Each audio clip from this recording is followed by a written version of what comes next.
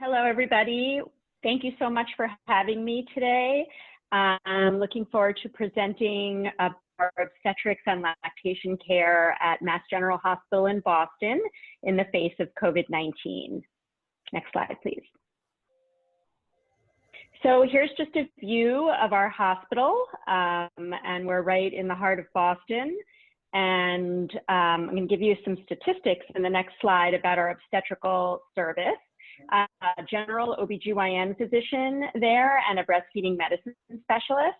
And I run our outpatient lactation clinic, which is housed in our obstetrics outpatient office, which is in the Yawkey building, which is a 10-story outpatient building that was shown in the previous slide.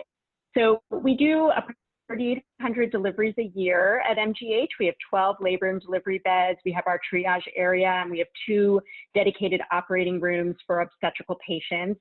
We have 35 postpartum beds, and we have a NICU with a capacity of 20. And then in our 2 step-down intermediate, we have 7 beds. And I'm always very proud to share that Mass General Hospital became baby-friendly designated in 2015. And just before the COVID pandemic hit, we had our redesignation site visit at the very end of March. And we recently learned the news that we were officially redesignated in 2020. So we're very excited about that. The statue that you see in this slide is in the yard in front of the old Bullfinch building at the hospital, and we love showcasing that, especially on our perinatal and pediatrics and obs. Next slide, please. So asked to talk about obstetrics, and I know that in these webinars we've spent a fair amount of time talking about the pediatric aspect, perinatal aspects. So today I'm going to talk a little bit about obstetrical in the face of COVID-19. So we'll talk a little bit about how our outpatient model of care has adapted due to the crisis, and then I will touch a little bit on our inpatient model of care, talk a little bit about telephone screenings and our in-person screenings when they enter our hospital and when they enter our labor and delivery unit. And then also a little bit about how providers have learned to clean spaces properly ourselves. And that just talk for a moment about something called the rack, which is a separate space that we have. It's an office for COVID positive people in the Mass General system that need to be seen for care. So that we have a separate space with a separate, I'll talk a little bit about that. And then I did want to briefly mention how we track our COVID positive patients and our PUIs, our persons under investigation. We have a separate list through our medical record where we carefully track and communicate with these patients.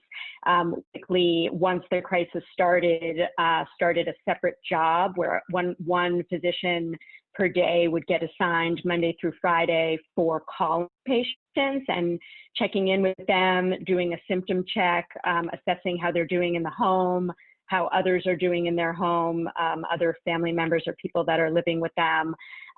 This is an incredibly laborious task and often requires medical interpretation. And we've had some amazing other physicians, midwives, fellows who have volunteered their language skills to help us through the process so that we can help support these patients while they are recovering from COVID at home and helping to assess whether they need to come into the hospital or get further care. We also help coordinate their appointments and their follow-up. And then the PUI list are patients who are COVID exposed. They might have other family members that are positive in their home, and we're following not quite as closely, but about every other day with them as well. Next slide, please. With respect to our prenatal care model, the first thing we did was think about stratification of risk. So we take care of a wide variety of patients, and based on their pre-existing conditions or current conditions of the pregnancy, we've stratified them into low, intermediate, and high-risk pregnancy. In addition, we've done some consolidation of visits because we're trying to touch points and into the hospital system at the height of the pandemic. we're also working to minimize ultrasound, to do necessary ultrasounds for surveillance and for fetal survey and for early first trimester genetic screenings. Antenatal surveillance unit where we do non-stress in our bioprofiles. So we had to think about issues with respect to that and condensing. And then of course our visitor policy. For our prenatal care in the outpatient setting, we have a policy of no visitors that are allowed to accompany our and we are doing a lot of conference calling and FaceTiming or Skyping, et cetera, so that support people and partners can still be part of the visit, but are not physically in the ultrasound room or in the space. And I touched upon our RAC, which is the Routine Ambulatory Care Center for COVID status patients. It's on a separate floor of our 10-floor outpatient care building. The patients are given very careful instructions where they enter through a separate elevator. They're actually greeted by an employee and given hand sanitizer and a mask upon entry into the building. And they can come up and are welcomed into the clinic. And the providers actually come up in the main elevators and are brought into the clinic through a separate door. And then we see our patients that way. We have access to in-person and audio medical interpreters, and we have our medical assistants and nurses who are supporting us there. So for example, recently I saw a patient there who was 28 weeks pregnant, who needed to come in for her RhoGAM injection and her third trimester screening, test, her CBC and syphilis screenings. And she also needed a COVID nasopharyngeal swab because she had, trying to clear her status, she had been doing well at home, and in order to return back to our regular prenatal office, you need 2 negative swabs 24 hours apart. So we timed everything together so that she could do all of those things and see me in the RAC clinic. And then as the provider finishes, the patient leaves, and then we have our disinfectant cleaning cloths that we go and we actually clean each room on our way out so that it's ready for the next person, to minimize the use of PPE. Since we're already in our PPE, we go ahead and clean it and get it ready for the next patient. Next slide, please. So in terms of the risk stratification that I'm referring to, we have our low, intermediate, and high risk patients. Our intermediate risk patients might have, for example, chronic hypertension, not on medication. They may have gestational diabetes, but not on insulin or oral medication. Advanced maternal age patients over the age of 40, obese patients with a BMI over 30, or a routine di-di twin pregnancy with normal growth of the fetuses. Our high-risk pregnancies include hypertension or diabetes on medications, pre-pregnancy diabetes, and then other types of twins or higher order multiples, more complex medical conditions of the mother or fetus, and then cholestasis, abruption of the placenta, history of prior stillbirth, or autoimmune diseases. And then any woman who is any of those categories, intermediate or high, becomes a low-risk patient by default. Next slide, please. So within these categories, we start discussing the concept of combining in-person care and virtual care. We're trying to provide high quality care and minimize the patients coming into the office as doing both of those things. And so getting a blood pressure cuff is actually vital to that, of course. So around 20 weeks, we will be chatting patients about that. We're still actively investigating whether pressure cuffs can actually be covered by health insurance. Our original investigations were saying no, and then we got a donation for some blood pressure cuffs for women who couldn't afford to get a cuff on their own, but some of our patients were purchasing them on Amazon or in other stores or borrowing them from other family members, et cetera. And what we'd like them to bring their blood pressure cuff to the office so that they can, we can check the cuff to make sure that it's calibrated properly and concordant with our in the office. And then we do teaching to make sure that they understand how to take their own blood pressure at home. And then we provide logs for them to log their blood pressure, and how often they take it depends on their risk stratification, as I was reviewing. So we like them to get the cuff and bring it in, and then we can start doing virtual visits by phone or by video, depending on the capabilities of the patient. We consolidated our early first prenatal visit. We used to see patients at approximately 10 weeks and then have them come back for their genetic ultrasound and blood work, but we combined both of those things so that they only have a touch point, and now we have an intake nurse visit, which we at approximately 8 to 10 weeks, where the nurse will do a phone call to review the full medical history and help determine what other supports the patient needs. And then her first visit with either a midwife or an obstetrician will occur at approximately 12 weeks, where she can have a nuchal translucency ultrasound, a genetic ultrasound, blood work, physical exam, and meeting with her midwife or doctor at that time. And we also have available genetic consultations, nutrition consultations, high-risk MFM consultations, social service, and therapy, all via virtual visits. Next slide, please. So with respect to equity, I just wanted to talk about the concept that doing these virtual visits may be very challenging for some patients and not as challenging for others. And seeing the inequity with respect to COVID and its effects in our communities. And our living and working circumstances of our patients can sometimes make social distancing virtually impossible. Our file situations can be challenging. Many of the public health messaging was originally in English, now that's which is excellent. Testing was not uniform depending on zip code and ability to understand where and how, who could qualify for testing, and obviously different states and counties have different access to testing.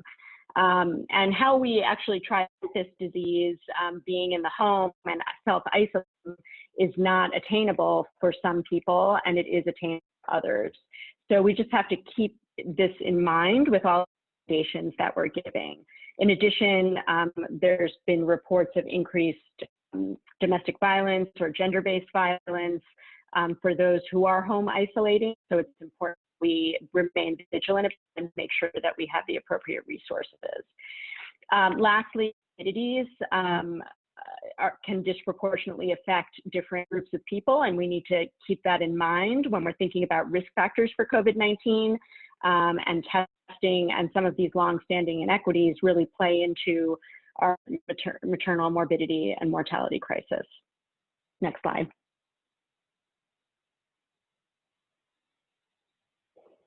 So with respect to these equity considerations, spacing out these outpatient visits may not be possible for some of our patients. For example, we have to make sure they have a dependable phone. Some patients may not have access to video visits, which are not essential for prenatal care, of course, but having a quiet, private space to talk to the provider is quite important so that the patient can concentrate and question be assessed properly, and that's not even possible. Having access to minutes on a cell phone, for example, or to data to do some of these things might not be possible for everybody. And then when we were looking into different platforms for being able to do virtual visits, and I'll talk about that a little bit later, we've gone through at MGH a few different platforms. One of a really important aspect of being able to do a successful video visit is being able to loop in medical interpreters or other family members or important people to the patient. And so some of these platforms allow multiple people to be on the call or during doing the visit, and some of them only allow one-on-one. To pay more money, for example, I'll give an example of a platform that I've used for some of our lactation visits called Doxy.me, and the free version allows just one-on-one, and you can pay a certain amount of money per month if you'd like to upgrade to allow people to the conversation. And now with our Zoom platform that's integrated with our Epic computer system, we are able to loop in multiple providers, multiple interpreters and or family members, and the provider who's running the visit can admit that in a very safe and they come into the quote unquote virtual waiting room, and people can be let in to help assist the patient and for the interaction. Next slide. Again, poor health literacy, fear of losing employment, and general mistrust of our medical system and our government may contribute to certain persons not being able to seek care and comfortable seeking care.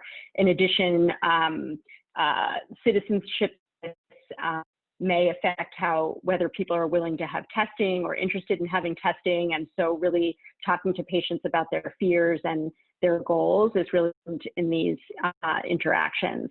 And we have to be really careful that our algorithms do not disproportionately affect people who may not be able to access some of the things that we're recommending. Lastly, with respect to being discharged from the hospital, which I'll get into a little bit later,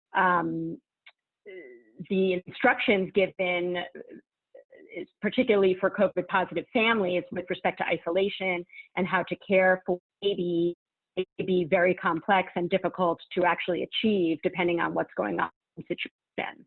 And in addition, some of our staff at times during the crisis has been thin and constrained, and making sure we have enough time and ability to explain everything, making sure that we have a working phone number to do proper follow-up, et cetera, vitally important in all of these equity considerations. Next slide. So I did want to talk about postpartum care in the 4th trimester. I think that there's already been a webinar about this, but just to review, what we're doing at our hospital is we're doing virtual visits approximately 1 to 3 weeks after discharge to make sure we have a touch point with our patient. And then we're thinking about, and then getting the patient in later, either in person or virtually, depending on what their needs and goals are. We're obviously thinking about contraception. We're offering immediate LARC. If desired in the hospital, we are doing more postpartum IUD placements at the time of after vaginal delivery or C-section. We've put in some implants, some Nexplanon implants if the patients desire that before leaving. If they'd like to bridge to getting an IUD or a LARC later, they could get a prescription. Very much a shared decision-making process that's happening while the patient is pregnant, and then again in the hospital to make sure that we're meeting their needs from a contraception care standpoint. With respect to mood, our virtual visits are available, but this can be challenging, particularly if patients are struggling and they may not feel comfortable disclosing certain issues with respect to mood and anxiety. And the like. So this has gone really well for our patients that already have established relationships with social workers and therapists within our system, but meeting a new person virtually, I've heard sort of plus and minus about. So we do have the capability, but some of our patients are not feeling as comfortable with respect to that. For perinatal care and incision care, our patients that have had extensive genital laceration after vaginal delivery, we do consider that an essential visit to come in and check if they've had a 3rd or 4th degree laceration, or if there's anything concerning with respect to their incision. Prefer to do an in-person visit to make sure that we're not missing any kind of seroma or hematoma or wound infection. And we have a high prevalence of hypertension pre-eclampsia, which needs careful follow-up in the postpartum period, and that is really contingent upon making sure the patient has a blood pressure cuff and can communicate with us, as we have to do in-person visits to make sure that their medications are titrated properly and that they don't have superimposed preeclampsia that can also present in the postpartum period. Next slide, please. So as we know, with respect to the postpartum time period, this 4th trimester, our cultural norms are such that typically women are supporting women, for example, grandmothers, patients' mothers, aunts, visiting, spending time in the home, helping to support the new mother-infant dyad. And now we're telling them that this is a time of strict action and that these visitors should not be coming into the home. So this is a really challenging time for our new mothers. And as I mentioned, these underlying mood disorders may be exacerbated. How will this affect the incidence of postpartum depression and being able to process these issues in the hospital and leaving is really important here. Next slide. And I did want to just touch, we're doing a study at MGH about this, and this is a hyperlink, which I think you can see if you end up getting a hard copy of these slides, or I can also send out the link. We are recruiting women from all over the world. It doesn't matter where they delivered, who delivered within 6 months of the COVID-19 pandemic, getting information about their birth and how they're doing in their 4th trimester in their time of isolation. And so we're gathering data and looking at information about this, particularly with respect to some of the trends with visitor policies and labor support and postpartum care. So I can elaborate on that a little bit more after. Next slide. So I'm going to talk a little bit about the lactation clinic at Mass General. It transformed very early into a virtual clinic. And we've used a combination of many modalities. We've used phone, we've used FaceTime. I mentioned this doxy.me, this is a somewhat poor picture, so forgive me, but I took a picture of my screen and just uploaded what it looks like. It's a free service that anybody can create a username and then a link that they can pass on to their patients. And it's a one-on-one virtual platform that is HIPAA compliant. But again, if you want to bring in another family member, another provider, or a medical interpreter, you have to go up to their paid platform, which I believe is like $20 or $25 a month. But it keeps track of how many minutes you spend with the patient. So I have tracking right now. I can go into my profile and look at how many patients I've seen on this platform. So when I'm doing my billing, I can see how many minutes I've been with each one. If there's a chat box, just like on Zoom, so I can send links real time while I'm talking to them. If I want to show them, for example, firstdroplets.com, information about hand expression, days after breastfeeding, or videos or other links, you can either send it to them during the visit through the chat, or we also have a portal system through our Epic that I often send lists of other supports that they can use outside of our visit.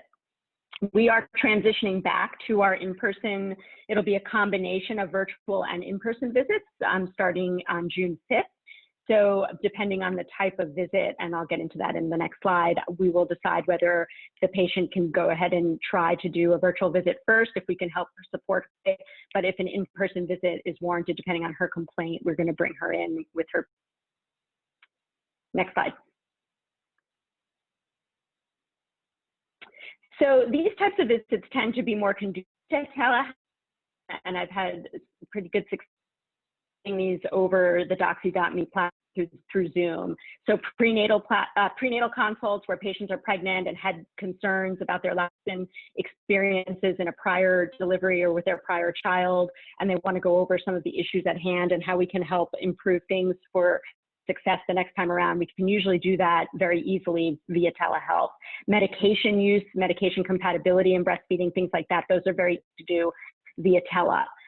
Induced lactation, I do work with families that are adopting or using gestational carriers, or same-sex couples that are both interested in breastfeeding a child.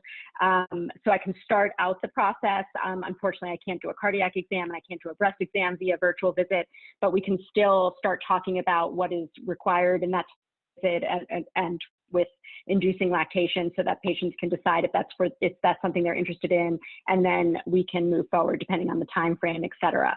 I can do some assessments of pain, oversupply, low milk supply, but low milk supply can get really challenging via virtual visits. Get into that in a little bit. But chronic clogged ducts or nipple blebs, obviously I can't treat a nipple bleb. And we can talk about mastitis, chronic mastitis, recurrent mastitis pretty effectively using telehealth strategies. Next slide. So some of the more challenging consults via virtual approach, again, as I mentioned, low milk, We do pre and post weight checks in our clinic, and obviously we can't do that. Some patients, you know, I have a couple of scales. I've tried to do some research on scales that would be reasonably priced and actually very sensitive and reliable, and that's a little bit challenging, but through some other mechanisms in the United States, through the Academy of Breastfeeding Medicine listserv and the iAble listserv, I've come up with a couple of scales that are approximately $30 to $40 that some patients have chosen to invest in because they are not necessarily being able to go into the pediatrician or the family doc for the weight checks that the baby needs. Latch can be challenging through video. I've had, if there's another person, adult or teenager, or somebody who's able to help with the view, I've gotten some really good views of the latch through video, but there's nothing like the hands-on ability to look at the latch and use your hands to look at the lips and help deepen the latch and help with positioning in person, of course. Some issues with nipple trauma and infection. If we need to do a milk culture, obviously, if it's via video, we can't do that, but I've kind of done everything up to that. And then I've had the patient come in just to do the milk culture and then leave. So the whole interaction was like 10 minutes. So they just quickly come in, get the culture and go home. And we did everything else in the consult virtually. Patients that have abscesses are challenging to look at via video because usually we have to take out packing, irrigate, repack, and kind of assess progress. Pretty challenging. And then if a patient has a mass, it's very difficult to look at that virtually because we want to palpate the mass and be able to get her to the appropriate imaging quickly if this might be something that's not lactation related. And then this is just a little picture of a session I had last using our new Zoom integrated option that I can click on it right through our Epic computer system, and I have a virtual sub-intern who is rotating through Mass General MFM, maternal fetal medicine. She's doing a 2-week sub-I because she's interested in OBGYN, and she joined me in our lactation clinic virtually on Friday. The patient is in the upper left and I'm in the upper right, and then our student is right below, and it was a really great experience. She gave us some really great feedback, so that was exciting that we were able to do that. I'm going to try to speed up a little bit because it seems like I'm taking a little bit longer than I should, and I want to make sure other speakers have enough time.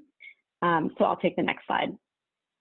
And just lastly, making sure you obviously know your community's resource, who else in the community is doing a telehealth lactation or person visits, and make sure that the OB, peds, family are aware of all of the community workers that are working so hard to support our families in this pandemic, making sure that you're communicating back and forth. And I've appreciated some lactation consultants in our community who have been emailing and sending reports. We've gone virtual. They're doing a lot of phone support for our participants in the Metro Boston area. And then knowing who has virtual support groups up and running, new moms groups and breastfeeding support groups. Our baby cafes and Vital Village have also gone to an online support system, which has been great. Prenatal education, breastfeeding education has also gone virtual in many cases, and so we need to make sure that our patients know where they can turn to. And then obviously other books, videos, and options that patients and support people and partners can look at together. And I just put in a little plug for Bobby Phillips' Breastfeeding Blueprint, which is a good old-fashioned book, or it can be an audio book, I believe. But even before the pandemic, I had started patients to it because it's about $10 and it's a great read, super easy. Next slide. And then follow up from these telehealth lactation sometimes will require an in-person. So I have a whole list of people that I'd like to get in June with their baby to help do more hands-on support. We're a lot of follow up through our portal where patients are reporting back after a week doing certain, so we can follow them and see how they're doing. I'm lucky enough to have an amazing nurse working with me who helps answer a lot of these emails and helps support our patients after they have their initial consult. And again, so now we're starting to think about bringing some of these dyads in, which we weren't doing before, but starting sort of early to mid-June, we'll be starting to ramp up with a little bit more in-person visit. Next slide. This I thought was a really fun dressing up of a statue in the Boston Public Garden to help thank our healthcare workers as I transition in our next slides to our inpatient care protocols.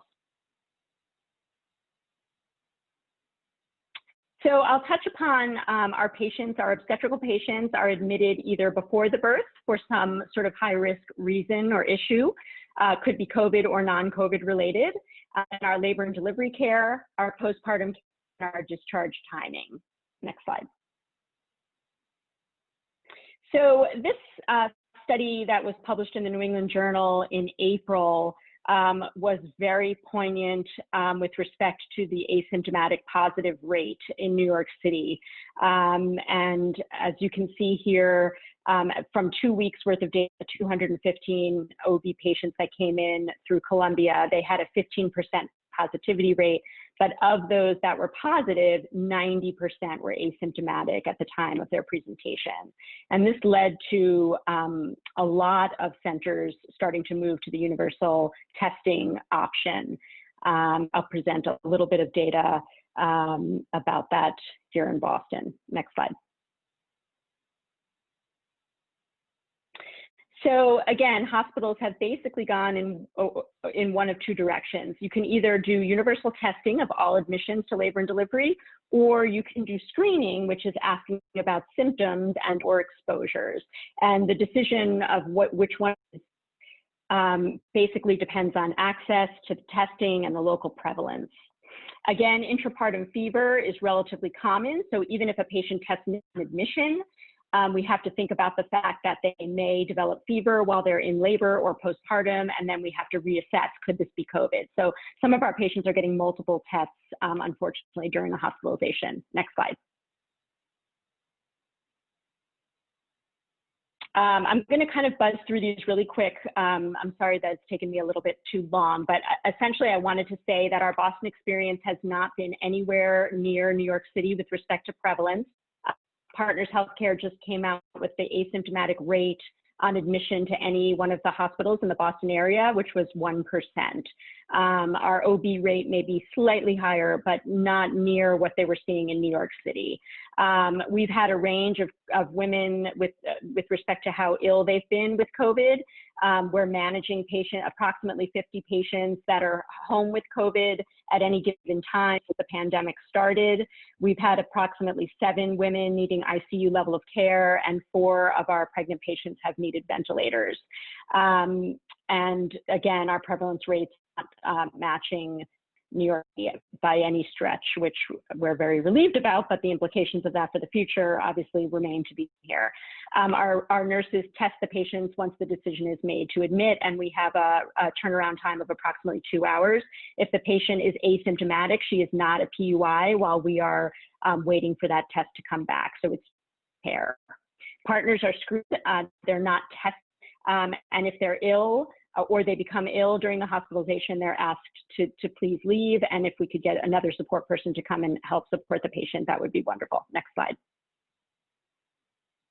And this is just showing the curve. I'm not going to spend too much time, but just to show this is the MGH curve of how we're doing right now with respect to COVID incidence. Next slide. Again, the location of the mother has to do with how the maternal status is. Some of them range from totally asymptomatic to needing a vendor. And so that determination will really dictate what happens with the dyad. Next slide. We do use a decision model, which I know you've spent time on in other webinars, so I'm not going to spend any time on this except to say that talking to families early on, even in the outpatient setting, about what to expect, because we don't know who's going to turn positive at any time, is the most beneficial thing, so that families come in prepared for what may happen. Next slide. And the next 3 slides, I'm going to have you, Maytal, can just go through it. I just pulled these up and you can look at them later, but I pulled up some of the other countries and other societies' recommendations to compare where we locate mothers and infants and feeding recommendations. And in most developed countries, we are recommending direct breastfeeding. And you can look at these for yourself, you'll see, and I know people have spent a lot of time on this with respect the AAP and the CDC, and I know that these just came out with new guidelines at the end of last week, so I won't belabor that point. This is our flow sheet, only to put on here just to show you that it's incredibly complicated, and we have teams that are working together, you know, and communication is probably the most important key to all of this. Including our anesthesia partners, our pediatric partners, and our OB team together all at one time. Next slide. This is our gear, and this is how these our decontaminated N95 masks come back to us from the Battelle decontamination site in Somerville. They can decontaminate about 80,000 N95 masks. We write our name and our unit on the mask, and they use a hydrogen peroxide decontaminating process, and then they come back labeled with our name on it. So we're wearing our same mask. They check the integrity of the N95 and the elastic, and we're reusing them. So we're really, really thrilled. And those are our face shields that we wash down with alcohol. Okay, next slide. We did a bunch of stimulation, especially for urgent C-sections for COVID positive women, which were really, really helpful for our teams. Next slide. This is our breastfeeding protocol. Again, we're trying to keep mothers and babies together using a shared decision-making model. Next slide. And then we have our criteria for early discharge, which is at the discretion of the family, the and midwife, and the pediatrician. Slide. Next slide. And then this is just some information about how we discharge the patients, looking at their social determinants of health, what kind of home they're going back to, if there are other ill family members. Next slide. And this is our our discharge quarantine kit, which we're giving to every COVID exposed family or COVID positive family, which includes masks, sanitizer, antiviral cleaners, some other donated items from the community. Thank you. Next slide is my last one. And I just wanted to show this vision of hope, which is our favorite in Public Garden ducks that have been masked by community members. They get dressed up on all seasons. And then on Mother's Day, they put the beautiful hope sign on and put out the duck. Thank you guys.